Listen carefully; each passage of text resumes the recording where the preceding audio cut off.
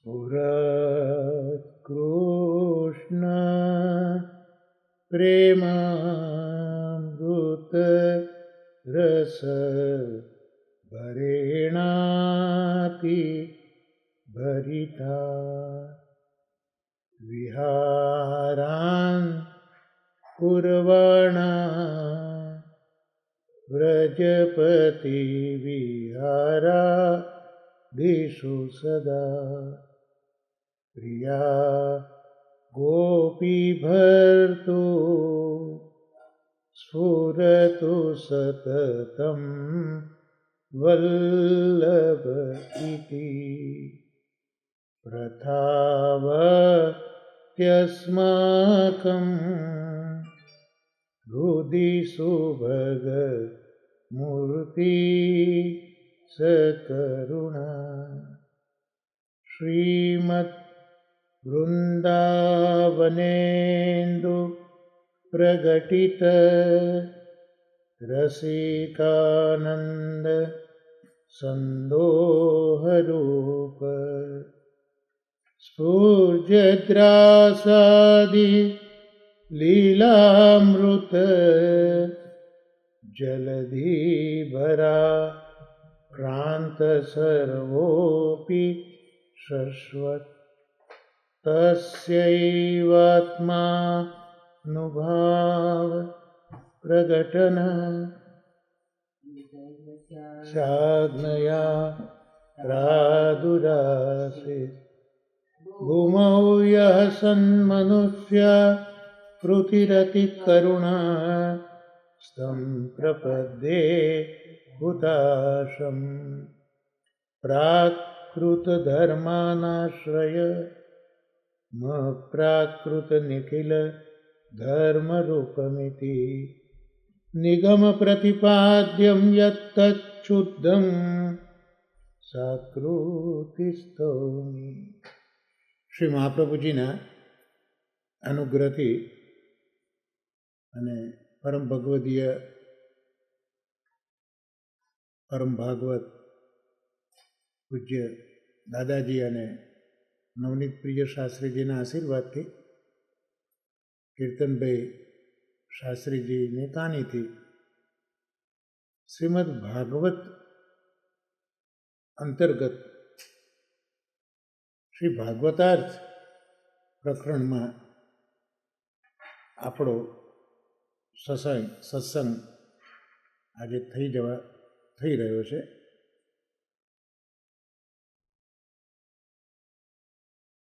મહાપ્રભુજી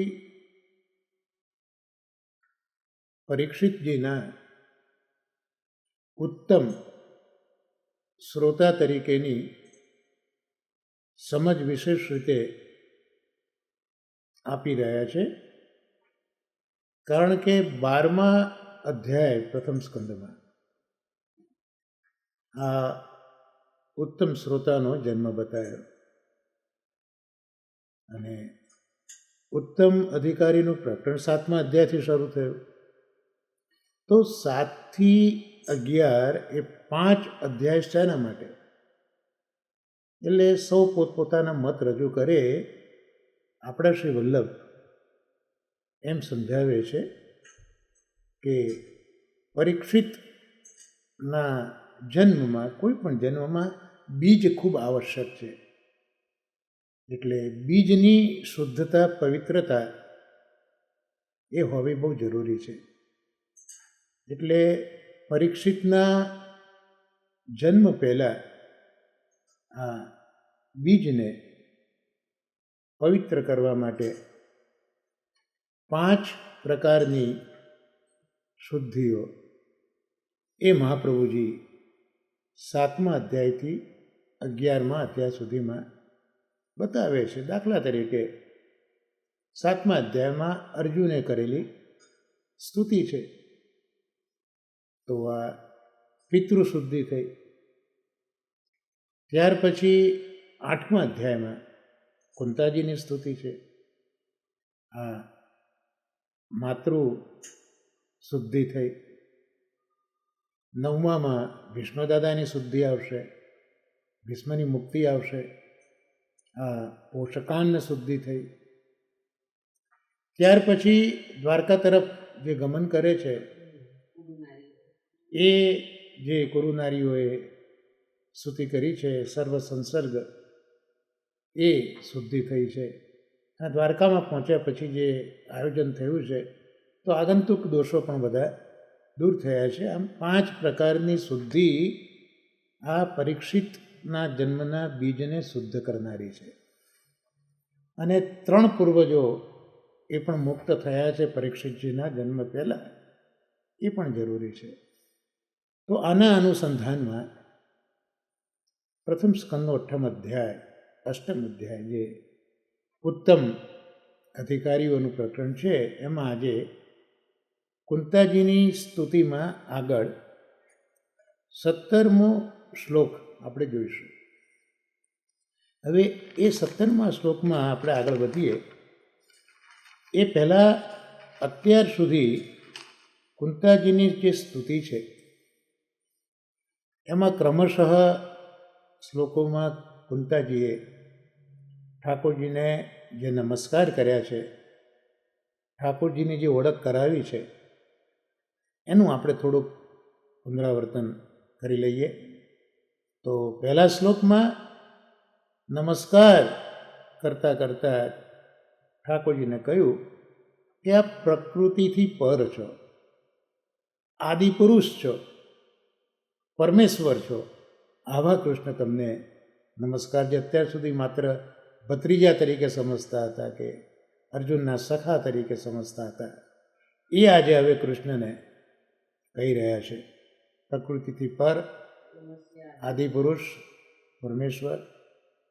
બીજા શ્લોકમાં કહ્યું કે આપ તો અધોક્ષજ છો, એટલે આ ભૌતિક પંચમહાભૂતની ઇન્દ્રિયો એ આપને જોઈ નથી શકતી, એનાથી આપ ઉપર છો. બીજું, આ જગતને બધું આપ સર્જન કરો છો પણ આપનો વ્યય થતો નથી, આપમાં કંઈ ઘટાડો થતો નથી કે કંઈ ઓછું થતું નથી, એ પાપ અવ્યય છો. પણ એક જ વસ્તુ છે કે માયાના પડદામાં ઢંકાઈ જાઓ છો ને એટલે પછી અમને દેખાતા નથી. ત્રીજા શ્લોકમાં કહ્યું કે કુંતાજીનું આ ઓબ્ઝર્વેશન અને મત છે કે પેલા પરમહંસો છે જે જીવનમુક્ત છે એ જ પરમહંસો હોય. તો એ જીવનમુક્ત જે પરમહંસો છે એના હૃદયમાં પેલો પ્રેમ ભક્તિ યોગ સર્જવો છે, માટે આપે અવતાર લીધો છે. હવે આગળ કૃષ્ણના સંબંધો જ્યાં જ્યાં છે ત્યાં આગળ ચોથા શ્લોકમાં શ્રી કૃષ્ણ તો છો જ આપ, પણ વાસુદેવ છો, દેવકી નંદન છો, નંદ ગોપ કુમાર પણ આપ છો અને ગોવિંદ પણ છો. તો વારંવાર હું તમને આ રીતે પ્રણામ કરું છું. એટલે જુદા જુદા સંબંધોથી કૃષ્ણનું સ્મરણ કર્યું. ત્યાર પછી ઠાકોરજીની ઓળખ કરાવે છે કે જેની નાભી છે એ બ્રહ્માજીનું સ્થાન છે, જન્મસ્થાન જેનું નાભી કમળ છે. બીજું, આપે તો કમલમાલા ધારણ કરી છે, એટલું નહીં, નેત્રો પણ આપના કમલ જેવા છે. અને એનાથી આગળ ચરણની અંદર કમલનું ચિહ્ન વિરાજે છે. આવા આપ શ્રી કૃષ્ણ, એને હું વારંવાર નમસ્કાર કરું છું. છઠ્ઠા શ્લોકમાં પોતે એ યાદ કરાવે છે કે મારા પુત્રો સાથે આપે રક્ષા કરી, પણ કઈ રીતે? જેમ દેવકીની રક્ષા કરી એ રીતે મારા પુત્રો સહિત મારી રક્ષા કરી, કારણ કે આપ સ્વામી છો, સર્વશક્તિમાન છો, અને આપે અમને જે મુશ્કેલીમાંથી બચાવ્યા છે એ હું કઈ રીતે ગણાવું? અને એમ પૂછીને 7મા શ્લોકમાં કુંતામાં એ યાદ કરે છે કે ક્યાં ક્યાં બચાયા.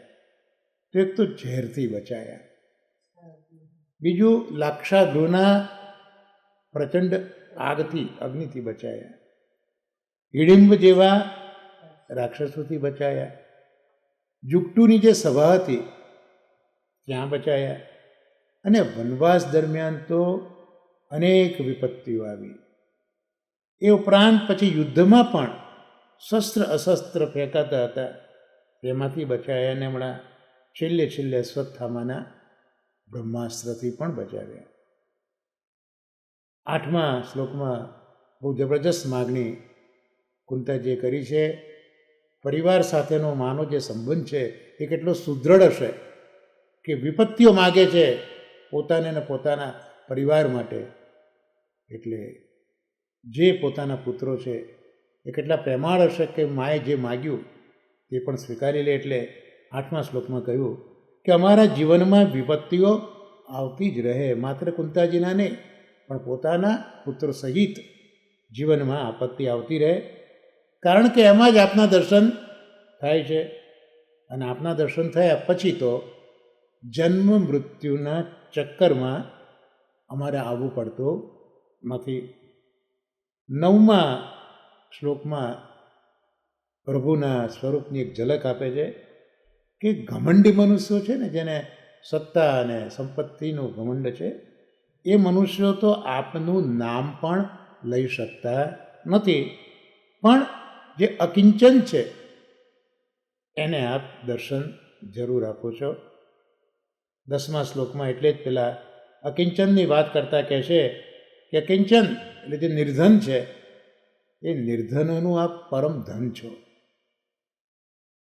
લૌકિક ગુણો અને વૃત્તિઓ જે છે મનુષ્યમાં એ આપને સ્પર્શી પણ શકતી નથી. શાંત છો આપ અને મોક્ષ આપનારા અધિપતિ છો. એટલે આવા આપને હું વારંવાર નમસ્કાર કરું છું. 11મા શ્લોકમાં પાછું કૃષ્ણનું સ્વરૂપ બતાવ્યું કે કાલરૂપ છો, અનાદિ છો, અનંત છો, સર્વવ્યાપક છો, બધાના જ નિયંતા પણ છો. પરમેશ્વર તો છો જ, અને બધાની અંદર સમાન રૂપથી આપ વિચરી રહ્યા છો. 12મા શ્લોકમાં સ્તુતિ કરે છે કે પ્રભુ મનુષ્ય જેવી લીલા કરે છે એવી આપ જ્યારે લીલા કરો, મનુષ્યો જેવી જ્યારે લીલા આપ કરો છો ત્યારે તમને એ સમજાતું નથી કે આપ શું કરવા ઈચ્છો છો. મનુષ્ય જેવી લીલા કરો ત્યારે શું કરવા ઈચ્છો છો તે અમને સમજાતું નથી. એટલું તો ચોક્કસ છે કે નથી આપને કોઈ પ્રિય કે નથી આપને કોઈ અપ્રિય, પણ આપને કોઈ ઓળખી કેમ શકતા નથી, કારણ કે લોકોની બુદ્ધિ જ વિષમ થઈ જાય છે. 13મા શ્લોકમાં કહ્યું કે આપ વિશ્વના આત્મા છો, વિશ્વરૂપ છો. આપ નથી જન્મ લેતા કે નથી આપ કર્મ કરતા, છતાંય આપ મનુષ્ય વગેરે જુદી જુદી યોનિમાં જન્મ પણ લો છો અને કર્મ પણ કરો છો. એટલે એક વસ્તુ એ સ્પષ્ટ થાય છે કે આપનો સ્વભાવ એ અનુકરણ કરવાનો સ્વભાવ છે. એટલે મનુષ્ય યોનિમાં જન્મીને આપ મનુષ્ય જેવું અનુકરણ કરો છો, બીજી યોનિમાં જાઓ ત્યાં તે યોનિ જેવું અનુકરણ કરો છો. એટલે અનુકરણ એ ભગવાનનો સાધારણ ધર્મ છે, એવું 13મા શ્લોકમાં કહ્યું. 14મા શ્લોકમાં કુંતામાં દામોદર લીલાનો પ્રસંગ યાદ કરીને કહે છે કે આપના મોં ઉપર ભય, પ્રભુ ભય જેનાથી ભયભીત થાય, અને મૃત્યુ તો મોટામાં મોટો ભય, એ પણ જેનાથી ભયભીત થાય એના મોઢા ઉપર ભય. એટલે ભલે લોકોને લાગ્યું હોય કે આપ ભયભીત છો, પણ ભય આપનાથી ભયભીત થાય, આ વિરુદ્ધ ધર્માશય આપનો, તો પ્રભુ આપ આ સ્વરૂપે અમને મોહ પણ કરાવો છો. 15મા શ્લોકમાં આપ અજન્મા છો, તો અજન્મા હોવા છતાં આપે જન્મ કેમ લીધો? ત્યાં જુદા જુદા ઋષિઓએ જે જુદા જુદા કારણો બતાવ્યા છે પોતપોતાની બુદ્ધિને ક્ષમતા પ્રમાણે. એમાં 15મા શ્લોકમાં કહે છે કે આપ યદુની કીર્તિ વધારવા માગો છો. એટલે યદુની કીર્તિ વધારવા માટે એ વંશમાં આપે જન્મ લીધો છે. જે મલયાચલ પર્વત એમાં ચંદન છે એ પેલા પર્વતની કીર્તિ વધારે, એમ યદુની કીર્તિ તો છે જ, પણ એની કીર્તિ વધારવી છે, કારણ કે યદુ પ્રિય છે, ભક્ત છે, એની કીર્તિ વધારવી છે. માટે આપે અજન્મ હોવા છતાં જન્મ લીધો છે. પછી આગળ 16મા શ્લોકમાં વિચારે આવે છે કે યદુ છે એ પોતે જ પ્રખ્યાત છે, ત્યાં એની કીર્તિ વધારવાનો કોઈ સવાલ ઊભો થતો નથી. એટલે બીજા કોઈક ઋષિ કારણ એ વિચારે છે કે યદુને ત્યાં પ્રગટ થવાની કોઈ જરૂર એટલા માટે નથી કે યદુની પોતાની કીર્તિ વધેલી જ છે એના પોતાના ચરિત્રથી.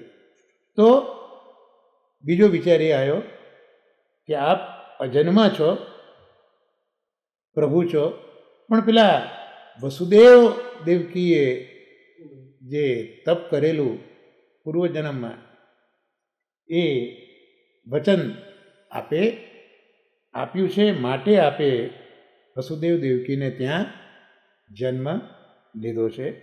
16મા શ્લોકમાં જોયું. હવે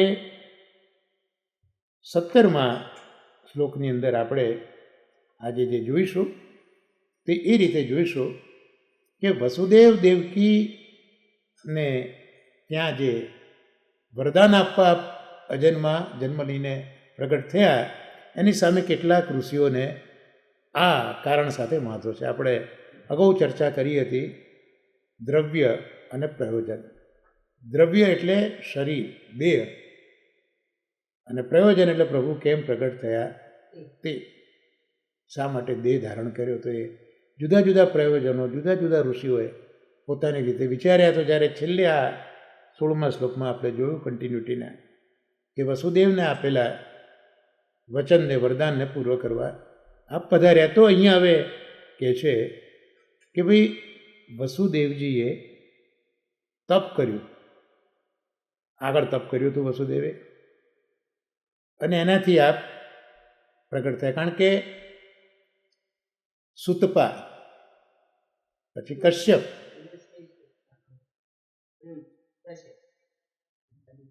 સુતપા, પછી કશ્યપ અને વસુદેવા 3 જન્મ છે.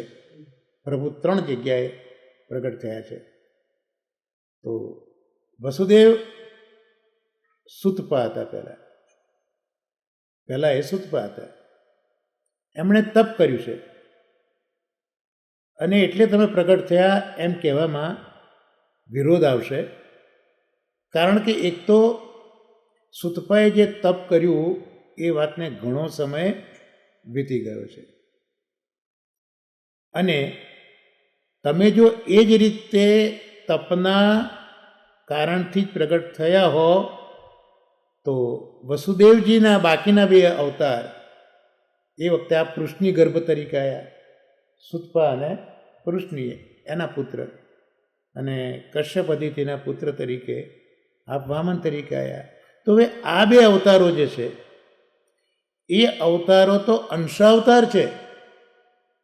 આપ અત્યારના વસુદેવજીને ત્યાં પ્રગટ થયા છો, પણ પહેલાં જે 2 અવતાર વસુદેવના હતા, સુતપા અને કશ્યપ, ત્યાં જે પૃષ્ણની ગર્ભ અને વામન તરીકે પ્રગટ થયા, પણ એ તો અંશાવતાર હતા. એનો અર્થ એ થયો કે અત્યારના જે આ કૃષ્ણાવતાર છે પણ અંશાવતાર હોવો જોઈએ, પણ એવું નથી. અત્યારે તો પૂર્ણાવતાર છે. એટલે તમે આગલો જે મત બતાવ્યો ઋષિઓએ કે વસુદેવના તપના લીધે આવ્યા, એ વસ્તુ યોગ્ય નથી. એટલે હંમેશા પ્રભુની કૃતિમાં પ્રયોજન જ બળવાન છે. આ વિચારને મુખ્ય કરીને કામ પ્રધાન કેટલાક ઋષિઓ છે એ હવે શું કહે છે એ આપણે જોઈએ. ઋષિઓ પૃથ્વીનો ભાર ઉતારવા માટે પ્રગટ થયા એવું કહે છે, પણ શ્લોકમાં એને આપણે જોઈએ. ક્રમ પ્રમાણે 17મો શ્લોક આવશે. ભારાવતાર નાયાન્યે ભુવો નાવ ઇવો દધૌ સિદંત્યા ભૂરી ભારેણ જાતો યાત્મ ભુવાર્થિત. એનો અર્થ જોઈ લઈએ તો કેટલાક લોકો એમ કહે છે, એટલે આજે ઋષિઓ કામ પ્રધાન છે, એ લોકો એવું કહે છે કે આ પૃથ્વીને દૈત્યોના લીધે ખૂબ ભાર હતો. આથી પૃથ્વીની હાલત કેવી થઈ ગઈ કે સમુદ્રમાં ડૂબતા જહાજની જેમ એ ડગમગતી હતી, પીડિત થઈ રહી હતી.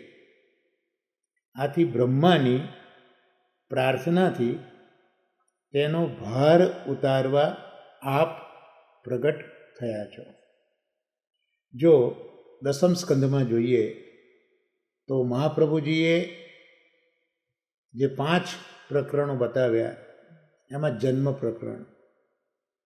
પ્રકરણમાં આ જ વસ્તુ બતાવી કે પૃથ્વી દુઃખી હતી, પૃથ્વી ઉપર ભાર વધી ગયો હતો. પૃથ્વીને ભાર વસ્તી વધારાનો નથી લાગતો, પણ દૈત્યો જે ઉચ્છૃંખલ થઈને દૈત્યો જે કૃતિઓ કરે છે એનો ભાર પૃથ્વીને લાગે છે. કારણ કે પૃથ્વી એ ભગવાનની સ્ત્રી છે, એટલે ભગવદ સેવા માટે એનો ઉપયોગ ન થતા દુરુપયોગ જ્યારે થતો હોય ત્યારે પૃથ્વીને એના ઉપર ભાર વધી ગયો હોય એવું લાગે છે. અને પૃથ્વીને સ્મરણ થયું છે કે જેમ હિરણાક્ષ મને જલમાં ખેંચી ગયો હતો અને પ્રભુએ જ મને વરાહ સ્વરૂપ લઈને બચાવી છે, એ સ્મરણ થતાં પાછા પૃથ્વી બ્રહ્માજીની પાસે આવ્યા છે અને બ્રહ્માજીને વિનંતી કરી છે. ગાય સ્વરૂપે પૃથ્વી આવ્યા છે, બ્રહ્માજીને વિનંતી કરી છે. બ્રહ્માજી બધા દેવોને લઈને ક્ષીરસાગર જાય છે અને ત્યાં પુરુષ સૂક્તમાં ભગવાનની સ્તુતિ કરે છે. અને ભગવાન બ્રહ્માજીના હૃદયમાં કહે છે કે હું પહેલેથી જ જાણું છું કે પૃથ્વીને આ તકલીફ છે અને તમે આવ્યા છો ને આવવાના છો, તો હવે હું પ્રગટ થવાનો છું. દેવોને કહો કે ગોકુળમાં જઈ અને ગોવાળિયા તરીકે પ્રગટ થાય અને પૃથ્વીને તમે આશ્વાસન આપો. તો આ રીતે જે પૃથ્વી બ્રહ્માજીની પાસે જઈને ફરિયાદ કરી હતી એ પરિસ્થિતિ કેવી હતી કે ખૂબ દૈત્યોનો ભાર વધી ગયો હતો, એટલે સમુદ્રમાં ડૂબતા જહાજની જેમ એ ડગમગતી હતી, પીડિત થઈ રહી હતી. જો સમુદ્ર છે એ સમુદ્રમાં એનો દોષ જે છે એની લહેરો છે, તરંગો, એ સમુદ્રનો એક દોષ છે. એટલે તરંગોના લીધે જ હાલક ડોલક થાય છે ને, એટલે સમુદ્રનો આ દોષ છે, તરંગો, માટે નાવ હાલક ડોલક થતી હોય છે. એવી રીતે કાલરૂપી સમુદ્ર, કાલને પણ સમુદ્ર કયો છે. તો જેમ સમુદ્રનો દોષ એમ કાલનો પણ દોષ છે. તો કાલના દોષના લીધે જ આ દૈત્યોની તકલીફો વધી છે. એટલે જેમ પેલા સમુદ્રના દોષરૂપી તરંગોથી પૃથ્વી ડગમગે છે, ભાન ડગમગે છે, એમ અહીંયા કાલરૂપી સમુદ્રની અંદર પૃથ્વીરૂપી નાવ એ પેલા દુષ્ટોની ક્રિયાઓથી ડગમગે છે. આવો ભાવ શ્રી મહાપ્રભુજી સુબોધિનીજીમાં સમજાવે છે. એટલે આ બ્રહ્માની પ્રાર્થનાથી એનો ભાર ઉતારવા માટે પ્રગટ થયા છો. હવે એના પર મહાપ્રભુજી ઇત્યાદિ આચાર્યોએ જે વિવેચન કર્યું છે થોડુંક જોઈએ તો આ જ વાત આવી કે ભાઈ પૃથ્વીને ભાર શેનો? તો પૃથ્વીને દેહ સંબંધી ભાર તો છે જ નહીં, પણ શેનો ભાર છે? તો પેલા દૈત્યો છે ને એમની ક્રિયાઓ ઉદ્ધત છે, ઉદ્ધત ક્રિયાઓથી. આજે મા બાપ હોય તો મા બાપને છોકરાઓનો ભાર થોડો લાગે, પણ છોકરું જ્યારે ઉદ્ધત બની જાય ત્યારે મા બાપ દુઃખી થતા હોય છે. એમ અહીંયા પૃથ્વીરૂપી માતા પણ આ દૈત્યોની ઉદ્ધતાઈ એનાથી ભાર છે એવું સમજી રહી છે. એટલે હવે આ ભાર દેહનો નથી, કારણ કે જે દૈત્યો છે એ દૈત્યોથી ભાર નથી, પણ દૈત્યોની ક્રિયાઓથી ભાર છે. એટલે અહીંયા જે ભાર છે એ દેહના સંબંધનો ભાર નથી, પણ મનના સંબંધનો ભાર છે. કેમ મનના સંબંધનો ભાર કહેવાય? કારણ કે આ બધી ઉદ્ધત ક્રિયાઓ છે એ ક્રિયાઓનો વિચાર કોનાથી કરીએ? આપણે મનથી કરીએ. એટલે અહીંયા દેહનો ભાવ નથી, દેહનો ભાર નથી, પણ મનનો ભાર છે, મનના સંબંધવાળો ભાર છે. કારણ કે આ દૈત્યોની ઉદ્ધત ક્રિયાઓનું વધુ પડતું ચિંતન કરતા જઈએ એટલે એનો સીધો સંબંધ દેહ સાથે થઈ જાય.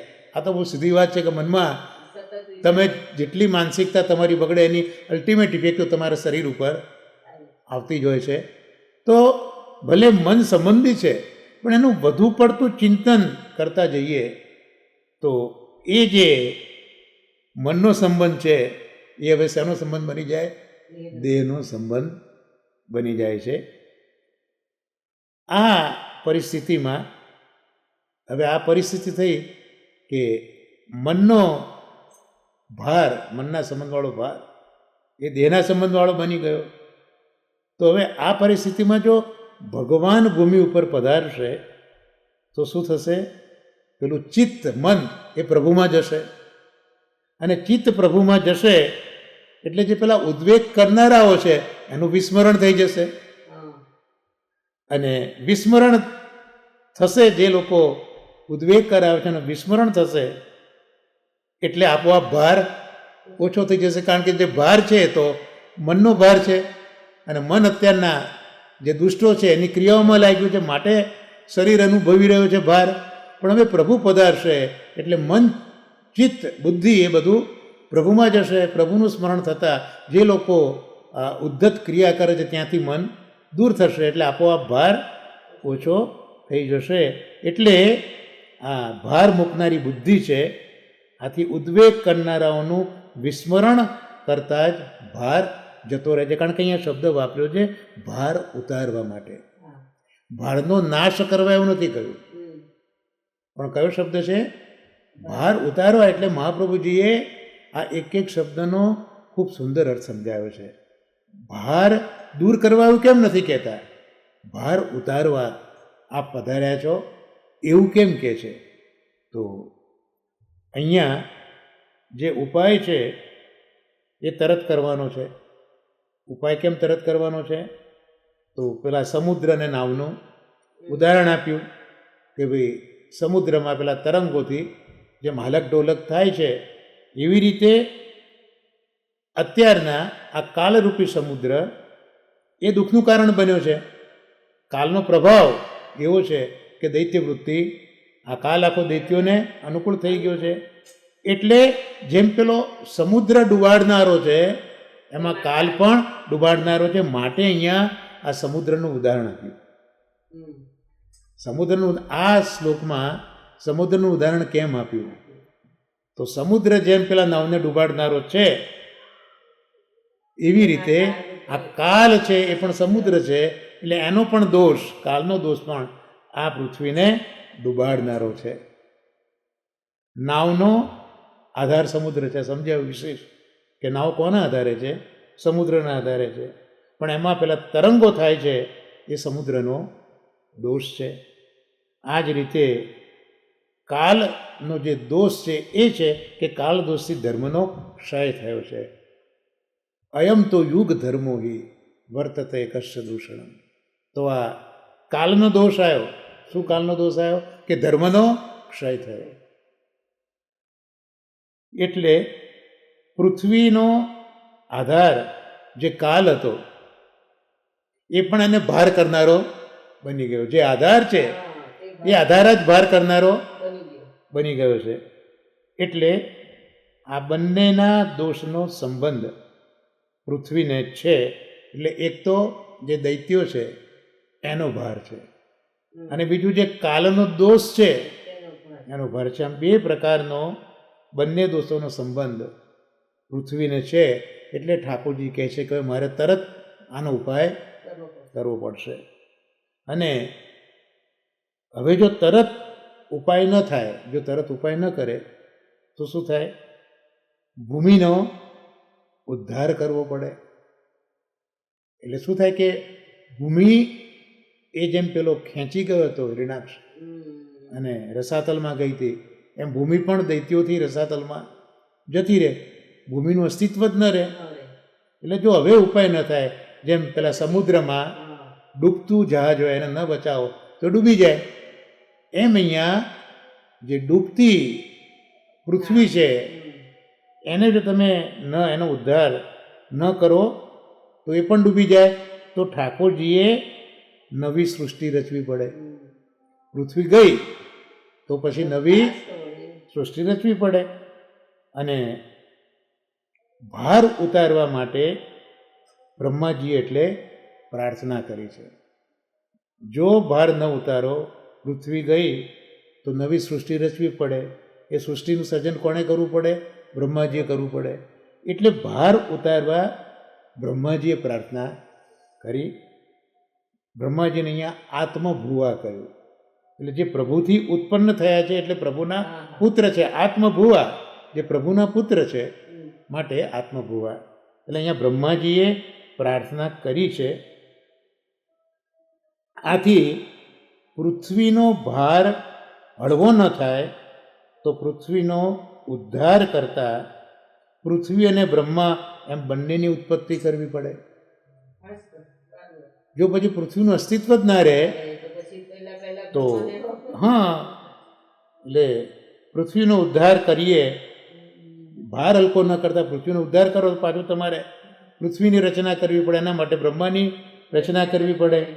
અને આ જ વસ્તુ કહી. એટલે પૃથ્વી એટલે ઠાકોરજીની સ્ત્રી અને બ્રહ્મા એટલે પુત્ર. આ બંનેની પ્રાર્થનાથી પ્રભુએ જન્મ લીધો છે. તો પ્રભુએ કેમ જન્મ લીધો છે? તો પૃથ્વી રૂપી પોતાની પત્ની અને બ્રહ્મા રૂપી પોતાનો પુત્ર, એ બંનેની પ્રાર્થનાથી પ્રભુએ જન્મ લીધો છે. એટલે આ બ્રહ્મા અને પૃથ્વી એ બંનેની કામના હતી. આ બંને કોની કામના હતી? પૃથ્વી અને બ્રહ્માની કામના હતી. પ્રભુએ આ ઈચ્છ્યું નથી. પ્રભુએ એવું ઈચ્છ્યું નથી કે હું પ્રગટ થઉં, પણ આ બંને. એટલે અહીંયા જે મત છે એ કામ, ઋષિઓએ કામને દર્શાવીને જે પ્રભુનું વર્ણન કર્યું એ એટલા માટે કે પ્રભુની ઈચ્છા નથી આવવાની, પણ કોની ઈચ્છા છે? બ્રહ્મા અને પૃથ્વીની છે. હવે જે દૈત્યો છે એ દૈત્યોને જો પ્રભુ ઉથલાવી જ દે, જેમ નાવમાં જે ભાર હોય એ ભારને તમે કાઢી મૂકો તો પૃથ્વી તો નાવ પાછી સ્ટેબલ થાય. તો પૃથ્વીમાં જે દૈત્યો છે એ દૈત્યોની ઉચ્છૃંખલતાએ ભારો બધાય ને તો એ દૈત્યોને જ ફેંકી દે. તો એવું ન કરી શકે ભગવાન? તો કે ના, એવું ન થાય. કેમ એવું ન થાય? તો એનો અર્થ એ થયો કે તમે જે આ દૈત્યો છે એ દૈત્યોનો નાશ કર્યો, તમે દૈત્યોને મારી નાખ્યા. તો આ તો તમારો જે સમતાવાળો ધર્મ છે કે તમે દરેક જીવમાં સમતાથી રહો છો, દરેકને સાચો છો, એ પછી તમારો સ્વભાવનો ગુણ રહેતો નથી. માટે આપ એ દૈત્યોને ઉથલાવીને ફેંકી દેવા નથી માગતા, પણ પૃથ્વીને જ એવી બલવત્ત કરવા માગે છે પોતાના સ્વરૂપથી કે પેલો ભાર પૃથ્વી ઝીલી શકે. તો આ રીતે આજે કુંતાજીની સ્તુતિમાં જે 17મો શ્લોક છે, જે ઋષિઓએ કામ પ્રકારને બતાવ્યું કે કામના તો પ્રભુને તો નથી પધારવું, પણ કામના કરી છે પૃથ્વી અને બ્રહ્માએ, જે આપણે જન્મ પ્રકરણમાં હમણાં જ આપણે વિચાર્યું. તો કામના માટે પ્રભુ પધાર્યા છે. એટલે પ્રભુના જન્મ વિશે પ્રભુના દેહ વિશે અને પ્રભુએ જે પ્રયોજનો છે એના વિશે જે જુદા જુદા મતો આપણે આ કુંતાજી કહી રહ્યા છે તેનું ઉભાન આપણે આજે કર્યું છે. તો આ રીતે આપણે આ કુંતાજીની જે સ્તુતિ છે એ કુંતાજીની સ્તુતિને અહીંયા આપણે વિરામ આપીએ. આગલા સત્સંગમાં પ્રભુ જેમ પ્રેરણા કરશે તેમ જોઈને હવે આપણો ગિરિયાગ જે છે તેમાં આપણે આગળ વધીશું. તો ગિરિયાગમાં કાશી બનારસના ષષ્ઠ પીઠાધીશ પરમ પૂજ્ય ગોસ્વામી શ્યામ મનોહરજી આચાર્યજીએ ગિરિયાગ જે પુસ્તક લખ્યું છે હિન્દી ભાષામાં છે એ બધું આપણે જોતાં જોતાં જે ઐતિહાસિક ખંડ હતો એ ઐતિહાસિક ખંડનું આપણે વાંચન કર્યું. હવે આપ શ્રી એમ કહે છે ઐતિહાસિક ખંડને સંપન્ન કરતા કે આ ઐતિહાસિક દૃષ્ટિથી વિસ્તારપૂર્વક આ બધું વિવેચન આપણે અત્યાર સુધી કર્યું. હવે દાર્શનિક પક્ષથી પણ વિચાર કરવો જોઈએ. એટલે ફિલોસોફિકલ એપ્રોચ દાર્શનિક પક્ષથી પણ વિચાર કરવો જોઈએ. તો એ પક્ષે જો વિચાર કરવા જઈશું ને તેનો સીધો સંબંધ શુદ્ધાદ્વૈત દર્શનની સાથે વિશેષ જોવા મળશે એવું આપનું માનવું છે કે આ જે ગિરિયાગ છે એને ઐતિહાસિક પૃષ્ઠ ઉપર આપણે જોઈ લીધો, પણ હવે દાર્શનિક રીતે એને વિચારવું હોય તો શુદ્ધાદ્વૈત દર્શન એ વધારેમાં વધારે નજીક એની છે. કારણ કે ભગવાન પરબ્રહ્મ શ્રી કૃષ્ણની બ્રજલીલા એ દેશ કાલાથી અતીત છે. કૃષ્ણ પોતે કાલાતીત છે એટલે એમની બ્રજલીલા પણ દેશ કાલાતીત છે. અને એટલે જ એનો સીધો સંબંધ શુદ્ધાદ્વૈત દર્શન સાથે છે. કારણ કે શુદ્ધાદ્વૈતમાં પણ મહાપ્રભુજી ઠાકોરજીને પરબ્રહ્મ તરીકે કાલાતીત તરીકે ઓળખાવે છે. એટલે ભગવાન શ્રી કૃષ્ણે જો શ્રી ગોવર્ધન પર્વત ધારણ કરવાની લીલા કરી એનો દાર્શનિક પક્ષ સમજવો હશે તો પહેલાં આપણે શુદ્ધાદ્વૈત બ્રહ્મવાદને થોડોક સમજી લેવો આવશ્યક છે. તો આપણે આજે પૂજ્ય મહારાજશ્રીના ચરણોમાં દંડવત પ્રણામ નિવેદિત કરીએ અને આપનો અનુગ્રહ છે જ એનાથી આપણે બધાની બુદ્ધિ આ વલ્લભ વેદાંત શુદ્ધાદ્વૈત બ્રહ્મવાદને સમજી શકે એવું આપણે વિનંતી કરીએ. અને એ સાથે શ્રી મુકુંદ ગોપાલ લાલવ જયત એમ જયકાર કરીને દાર્શનિક ખંડ કરીએ. તો દાર્શનિક ખંડમાં આપણી આજ્ઞા કરે છે કે શ્રૌત સિદ્ધાંત. શ્રૌત સિદ્ધાંત એટલે વેદ સાથે સંકળાયેલો, શ્રુતિ ઉપરથી શ્રૌત થયું. તો વેદ સિદ્ધાંતની અનુસાર જીવ એ પરબ્રહ્મનો અંશ છે. આ વલ્લભ વેદાંત શરૂ થયું. શુદ્ધાદ્વૈત બ્રહ્મવાદ જે મહાપ્રભુએ સ્થાપિત કર્યો છે, બ્રહ્મવાદ સ્થાપન જે કર્યું છે શુદ્ધાદ્વૈત બ્રહ્મવાદ, એની આ શરૂઆત જ છે કે જીવ કેવો છે. કારણ કે કોઈ પણ વેદાંતમાં જીવ, જગત અને જગદીશનો સીધો સંબંધ મહાપ્રભુજી પહેલાંના આચાર્યોએ પણ શંકરાચાર્યથી લઈને બતાવ્યો છે બધાએ. એટલે મહાપ્રભુજી અહીંયા હવે જીવની ઓળખ આપે છે કે જીવ એ પરબ્રહ્મનો અંશ છે. આ સિદ્ધાંતને વલ્લભ દર્શન યથાવત જેમ છે તે જ પ્રકારે સ્વીકાર કરી લે છે. જીવ સ્વયં અહમ બ્રહ્માસ્મી નથી, જે શાંકર મત કહે છે બ્રહ્માસ્મી બ્રહ્માસ્મી અહમ બ્રહ્માસ્મી, તો એ નથી એવું અહીંયા મહાપ્રભુજી આજ્ઞા કરે છે કે જીવ તો સ્વયં અહમ બ્રહ્માસ્મી નથી. અને હવે જગત ઉપર કે છે, જગત શું છે? પ્રપંચ છે. પ્રપંચ એટલે અહીંયા લૌકિકમાં પ્રપંચ આપણે કપટ કહીએ છીએ, પ્રપંચ નહીં, પણ પ્રકૃષ્ટ પંચભૂત એટલે જગત જે છે એ પ્રપંચ છે.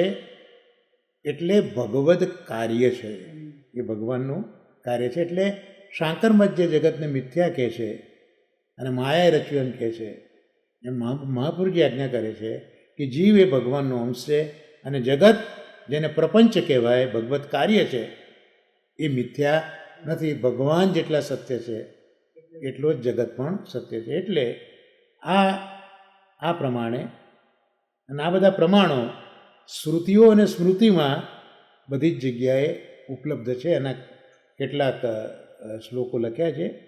સર્વમ ખલ્વિદમ બ્રહ્મ, આ બધું જ બ્રહ્મ છે.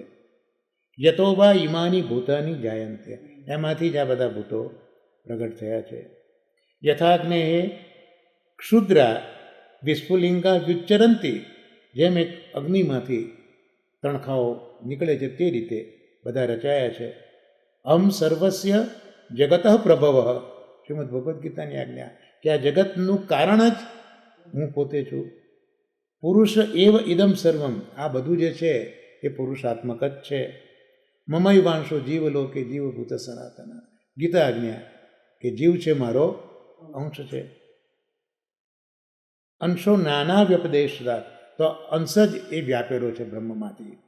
પ્રપંચો ભગવત કાર્ય, પ્રપંચ એ ભગવત કાર્ય છે, વગેરે પ્રમાણો અહીંયા આપશ્રીએ આપ્યા છે. એટલે શ્રીમદ વલ્લભાચાર્ય ચરણ સ્પષ્ટ આજ્ઞા કરે છે કે યો યદંશ સ તમ ભજે, જે જેનો અંશ છે એ એને ભજે. એટલે જે જેનો અંશ છે તે પોતાના અંશીનું ભજન અને સેવન કરે. જીવ અંશ એનું સહજ કર્તવ્ય છે કે પોતાના અંશી ભગવાનની જ સેવા કરે. આ તથ્યને વધારે સ્પષ્ટ કરતા શ્રી વલ્લભાચાર્યજી પોતે લખેલા ચતુશ્લોકી ગ્રંથમાં સ્પષ્ટ આજ્ઞા કરે છે કે સર્વદા સર્વભાવેન ભજનીયો વ્રજાધિપ સ્વસ્યાયમેવ ધર્મો હિ નાન્ય ક્વાપી કદાચન. આ પદ દ્વારા મહાપ્રભુજી જીવને ભજનની સહજતા સમજાઈ રહ્યા છે કે જીવના માટે ભગવાન અંશી છે, એ જ ભજનીય અને સેવન યોગ્ય છે. આ કથન અનુસાર ભગવદ અંશ જીવને ભગવદ ભજન કરવાનો આદેશ નથી. જીવ અંશને અંશી ભગવાનનો ભજનનો આદેશ નથી, પણ અંશી ભજનની સહજ આવશ્યકતાને શ્રી મહાપ્રભુજી આપણને કૃપાપૂર્વક સમજાવી રહ્યા છે. જો આદેશ કરતા, જો આવો આદેશ કરતા તો એની અવહેલના આપણે કરીએ, એ માનીએ નહીં, તો પછી દંડ નિશ્ચિત રૂપની અંદર વિધાન કર્યું હોત. આટલું જ લખ્યું છે. એટલે સમજાવ્યું છે આપણને, આદેશ નથી કર્યો. નહીં તો જો આવું ન કરો તો તમને આ દંડ થશે એવું આવત, પણ એવું દેખાતું નથી, પણ એવું છે નહીં. એટલે અહીંયા એટલું તો અવશ્ય છે જ કે ભગવાન અંશીની સેવા ન કરનારા જીવ અંશ પોતાની સહજ આવશ્યકતા એવં અધિકારથી એ જે કર્તવ્ય છે એ કર્તવ્યથી વંચિત રહી જાય છે. એમનો જે અધિકાર છે એ અધિકારને ભોગવતા નથી. જેમ કોઈ નવું જન્મેલું બચ્ચું હોય અને પોતાની જનની માતા એનું સ્તનપાનથી વંચિત રહી જાય, એવા આપણે વંચિત રહી જઈએ જો ભગવાનની સેવા ન કરીએ તો. આટલું બધું મહત્ત્વ છે ભગવત સેવાનું. એટલે ભગવદ અંશ જીવનું પ્રથમ અને ચરમ કર્તવ્ય એ પોતાના ભગવાન અંશીના ભજનની સેવા જ છે. એને ન કરવો એ કોઈ અપરાધ છે એવું તો ન કહેવાય, પણ આ સ્થિતિમાં એ જીવની પોતાની અંશત્વ તરીકેની નિરર્થકતા છે. જીવ પોતે અંશ છે એ નિરર્થક બની જાય છે. એટલે એની વિફળતા અવશ્ય છે. જેમ હરિરાચરણો કહે છે કે નાશ્રિતો વલ્લભાધીશો, ન ચ દૃષ્ટા સમુદિની ના રાધે રાધિકા નાથો વૃથા તજન્મ ભૂતલે. તો એની વિફલતા તો જન્મની ચોક્કસ છે જ. આટલું નિશ્ચિત રૂપથી આપણે કહી શકીએ છીએ. કહેવાનું તાત્પર્ય એ જ કે પ્રત્યેક ભગવદ અંશ જીવ માત્ર એનું આ સહજ કર્તવ્ય છે કે એ પોતાના ભગવાન જે અંશી છે એની સેવા અને ભજનમાં જ સદા સર્વદા તત્પર રહે. આ જ એના ધર્મરૂપ પ્રથમ પુરુષાર્થ પણ છે. આ જ એનો પ્રથમ પુરુષાર્થ ધર્મ, એ ધર્મરૂપ પુરુષાર્થ પણ એનો પ્રથમ આ જ છે. પણ ધ્યાનમાં રાખજો કે સેવા એક એવી પ્રણાલી છે જે દીનતાની નીવ આધાર ઉપર ઊભી છે. સેવા પ્રણાલી એ દીનતાની આધાર પર ખડી છે. ભક્તિનો મહેલ દૈન્ય અને વિવેક ઉપર ઊભો રહ્યો છે, જેમાં આવતો જરા પણ અહંકાર એને ક્ષતિગ્રસ્ત કરી શકતે છે. એટલે આ ઇમારત જે છે ભક્તિની, એમાં અહંકાર જરા પણ આવ્યો તો ઇમારત ક્ષતિગ્રસ્ત થઈ શકે એમ છે.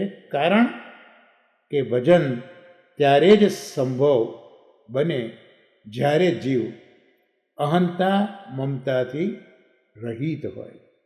એટલે આચાર્ય શ્રી સ્વરચિત બાલબોધ ગ્રંથમાં પણ એ જ આજ્ઞા કરે છે કે અહંતા મમતા નાશે સર્વથા નિરહંકૃતૌ સ્વરૂપસ્થો યદા જીવ કૃતાર્થ સ નિગદ્યતે.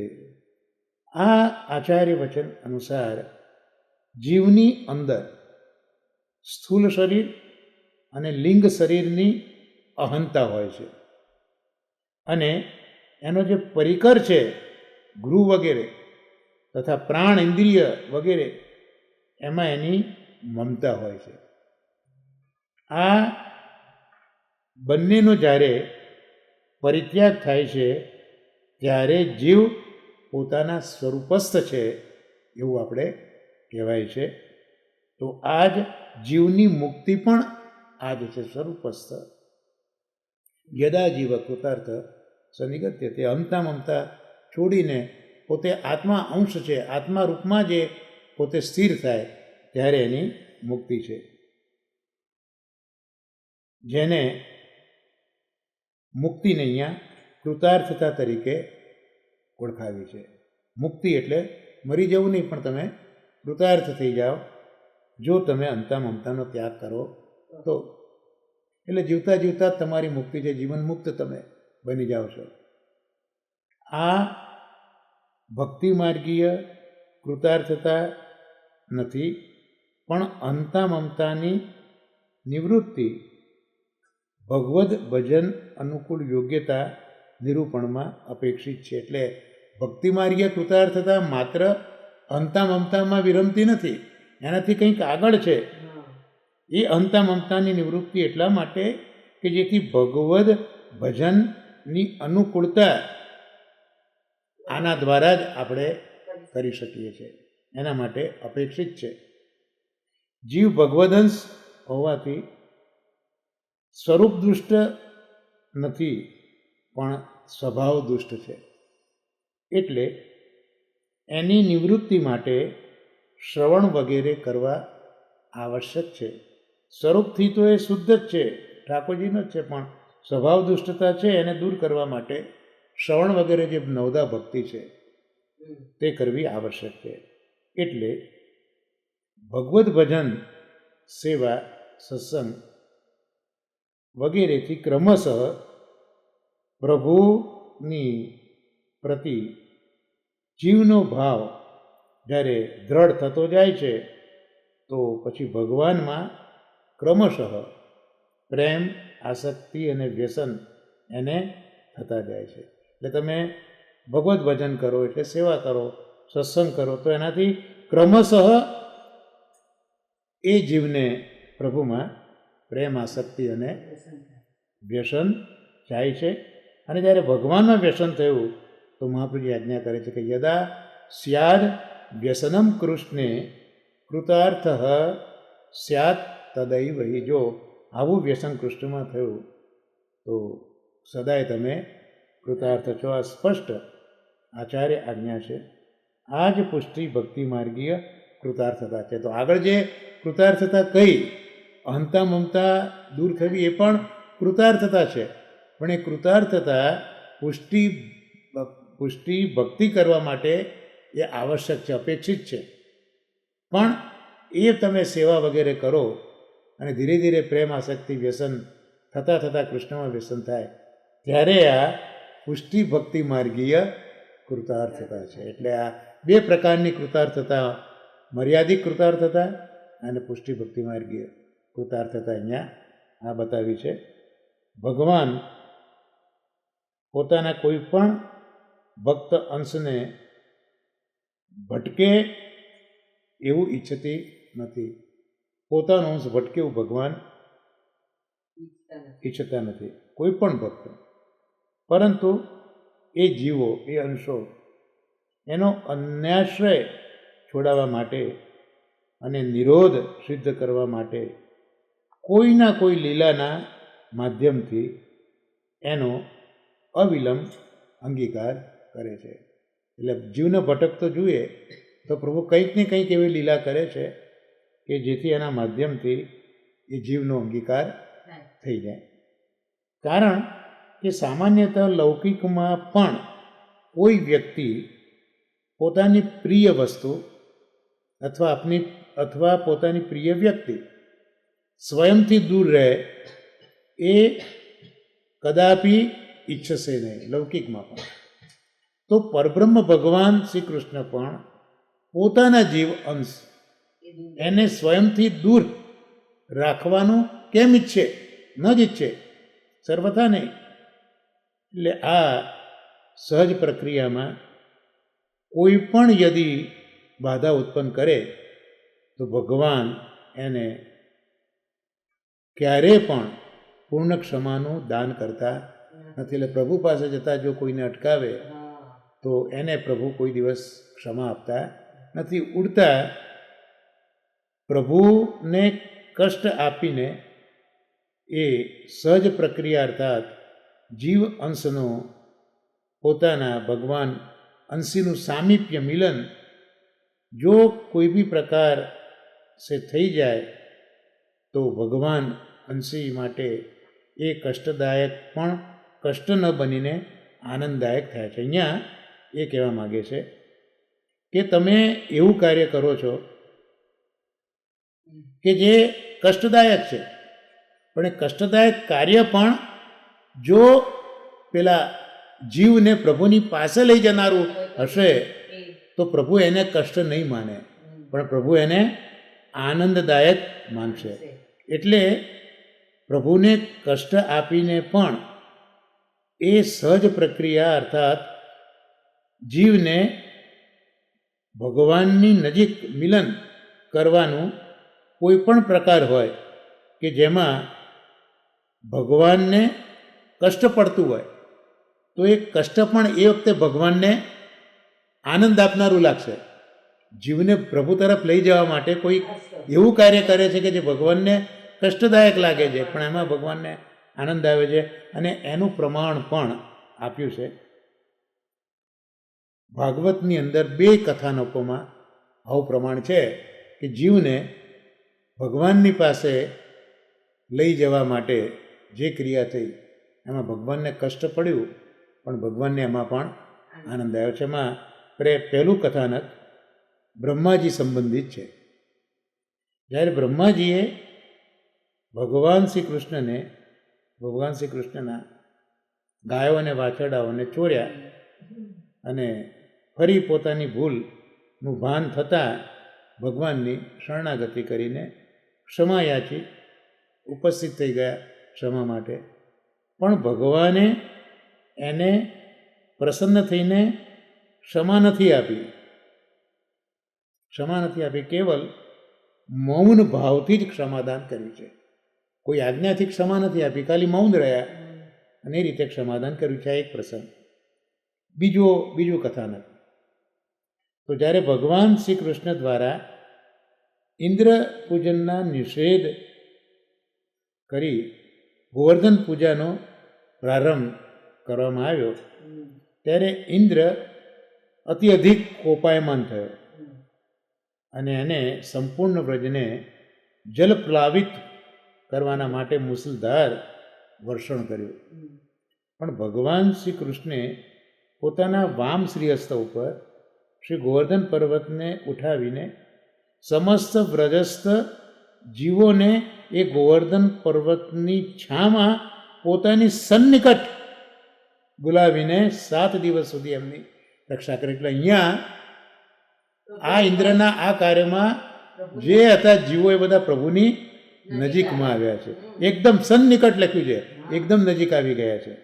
ત્યારે પ્રભુને કષ્ટ થયું છતાં એ બધા નજીક લાવ્યા ને. હા, એટલે ઇન્દ્રનો માનભંગ થયો અને એ પ્રણિપાત પુરસર ભગવાન શ્રી કૃષ્ણની શરણમાં આવ્યો.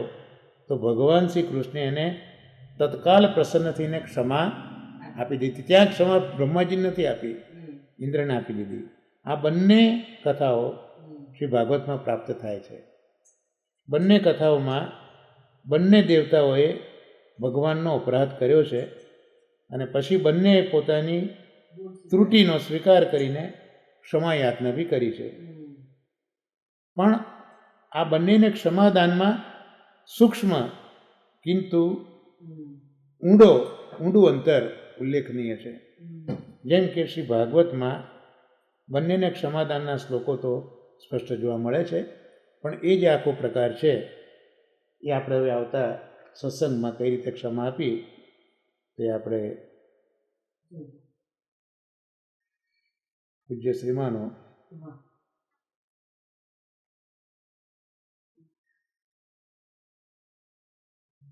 ના આશીર્વાદથી જોઈશું.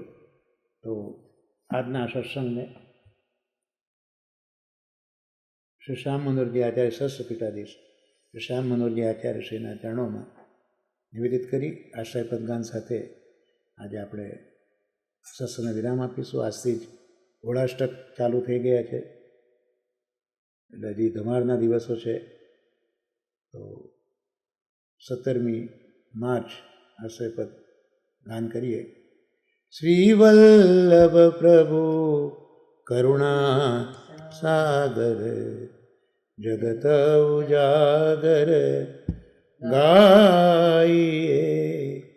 શ્રી વલ્લભ કે ચરણ કમલ કી બલિ બલિ બલિ જાઈએ. વૈષ્ણવ સૃષ્ટિ સમાજ સંગ મિલ જીવન કો ફલ પાઈએ. શ્રી વલ્લભ ગુણ ગાઈએ યાતે રસિક કહાઈએ. શ્રી વલ્લભ પ્રભુ કરુણા સાગર જગત ઉજાગર ગાઈએ. શ્રી ગોવર્ધન નાથ કી જય. શ્યામ સુંદર શ્રી અમને મહારાણી કી જય. શ્રી આચાર્ય શ્રી મહાપ્રભુજી કી જય. સર્વે વૈષ્ણવને મહારાણા વર્ષાના ભગવત સ્મરણ અને વંદન. શ્રી વલ્લભાધીશ કી જય.